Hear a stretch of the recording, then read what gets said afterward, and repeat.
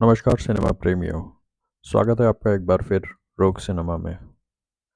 70 का दशक angry young man का दौर था, लेकिन ये वो दौर भी था जब हर लार्जर देन लाइफ हीरो वाली फिल्म का संतुलन एक सहज, लगभग जुड़ाव महसूस कराने वाली फिल्म से होता था। हर दीवार के लिए एक कभी कभी होती थी, हर धर्मात्मा के लिए एक छोटी सी बात होती थी। आज हम ऐसे दौर में जी रहे हैं जहां मुख्य धारा के फिल्मकार ये मानकर बैठे हैं कि दर्शक इतने समझदार नहीं है कि जो कहा नहीं गया उसे समझ ना सके। लिए हमें मिलते हैं साउंड इफेक्ट्स की ओवरडोज, कई कई शॉट्स जो ये बताते हैं कि हीरो कौन है, जैसे कि हम भूल जाएंगे, और हर कहानी का बीट बार बार आपके दिमाग में ठोका जाता है। सिनेमा का मैदान जितना प्रतिस्पर्धी आज है, शायद पहले कभी नहीं था, पर नज़ाकत जैसे बाहर चली गई है। आज जब KGF 2 और RRR जैसी फिल्में सफलता का नया पैमाना बन गई है, और ऐसा कहा जा रहा है कि इन्होंने 1970 के दशक के हिंदी फिल्म हीरो को वापस ला दिया है, तो शायद यही सही समय है कि हम वाकई में देखें कि 70 का दशक असल में था क्या।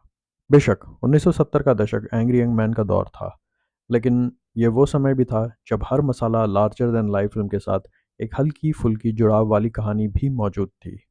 हर दीवार के लिए एक चुपके चुपके थी, जो कि दोनों ही फिल्में 1975 में ही प्रदर्शित हुई थी। आज 11 अप्रैल को हम ये याद करते हैं कि 70 के दशक की एक महान क्लासिक कॉमेडी फिल्म के 50 शानदार साल किस तरह बीते। भारतीय क्लासिक कॉमेडी की अगुवाई करने वाली फिल्म, फैमिली कॉमेडी फिल्मों की राह दिखाने वाली और हर किसी की चाहती फिल्म, जिसने हमें हमेशा के लिए एक सवाल दे दिया है। टीओ टू डीओ डू किंतु जीओ गो हो जाता है। आप ही बताइए मेम साहब, जब टीओ टू डीओ डू तो जीओ गो क्यों नहीं होता? 50 साल पहले अप्रैल 1975 के तीसरे हफ्ते में चुपके चुपके, जिसे निर्देशित किया था महान ऋषिकेश मुखर्जी ने, रिलीज हुई थी। कहानी शुरू होती है सुपर हैंडसम धर्मेंद्र और उनके साथ सदाबहार सुंदरता और शालीनता की मिसाल शर्मिला टैगोर से, जो एक दूसरे से प्यार करते हैं और शादी कर लेते हैं। ऋषिकेश मुखर्जी इस प्यार भरी कहानी में एक ट्विस्ट लाते हैं जब धर्मेंद्र बन जाते हैं गाड़ी चलाने वाले प्यारे मोहन, और मुंबई में अपनी पत्नी सुलेखा उर्फ शर्मिला टैगोर के जीजाजी के घर पहुंचते हैं। पूरी कहानी जीजाजी उर्फ ओम प्रकाश उर्फ राघवेंद्र शर्मा की मजाक उड़ाने के इर्द गिर्द घूमती है। दूसरी ओर अमिताभ बच्चन उर्फ प्रोफेसर सुकुमार सिन्हा परिमल बनकर आते हैं, और जया भादुरी, जो कि बाद में जया बच्चन बन गई, से प्यार कर बैठते हैं। फिर शुरू होता है गजब का कंफ्यूजन। आइए इस परिवार की पसंदीदा फिल्म चुपके चुपके को आज के नजरिए से समझते हैं।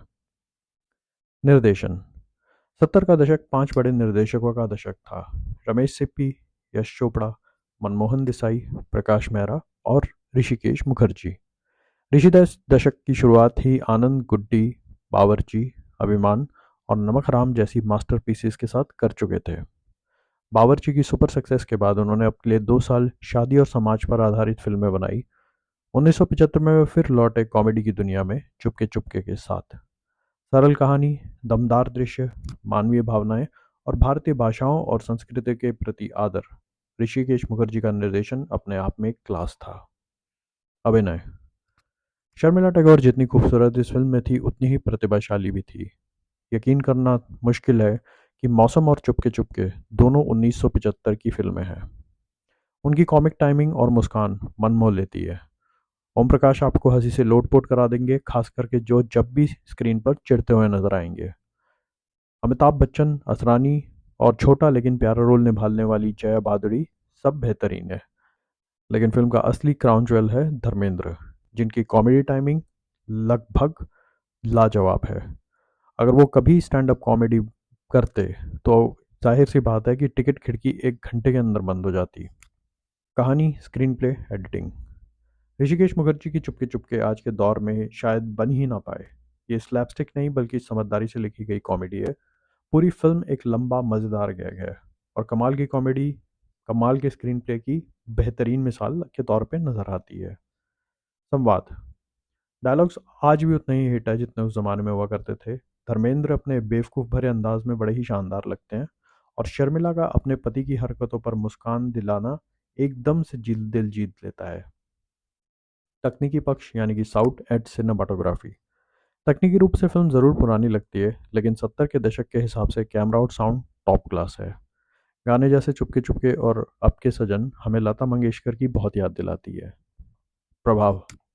भले ही चुपके चुपके एक सरल फिल्म है, लेकिन इसकी लेखनी इतनी उम्दा है कि आज भी बोर नहीं करती। ऋषिकेश मुखर्जी की जीवंत कहानी और निर्देशक ने इसे अमर बना दिया है।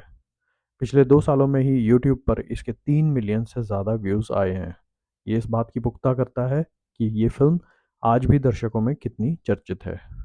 बिना किसी द्व्यर्थी संवाद, बिना वल्गैरिटी, चुपके चुपके ने हमें कुछ ऐसे किरदार और संवाद दिए हैं जो हमेशा याद रहेंगे। हर किरदार अपने आप में अनोखा है। जहाँ एक ड्राइवर प्यारे मोहन शुद्ध हिंदी बोलता है, वहीं दूसरा ड्राइवर जेम्स डिकोस्टा यानी कि केस्टो मुखर्जी आएंगा, खाएंगा, जाएंगा जैसे शब्दों के बात करते हैं। ये फिल्म लोकेशन में नहीं बल्कि किरदारों की खासियत पर आधारित है। रोक सिनेमा अप्रैल 2025 में चुपके चुपके के 50 शानदार वर्षों का जश्न मनाता है और इसे देता है 83% यानी 83% का स्कोर। काश आज के दौर में भी ऐसी यादगार किरदारों की रचना की जा सकती। अगर आपको वीडियो पसंद आया है तो प्लीज़ लाइक करें, और अगर अपने चैनल सब्सक्राइब नहीं किया है तो शायद हम फिर कभी ना बात कर पाएँ। और अगर आप सब्सक्राइब कर चुके हैं या करने वाले हैं तो आपका स्वागत है रोक सिनेमा फैमिली में। जल्द ही मिलते हैं। जय हिंद।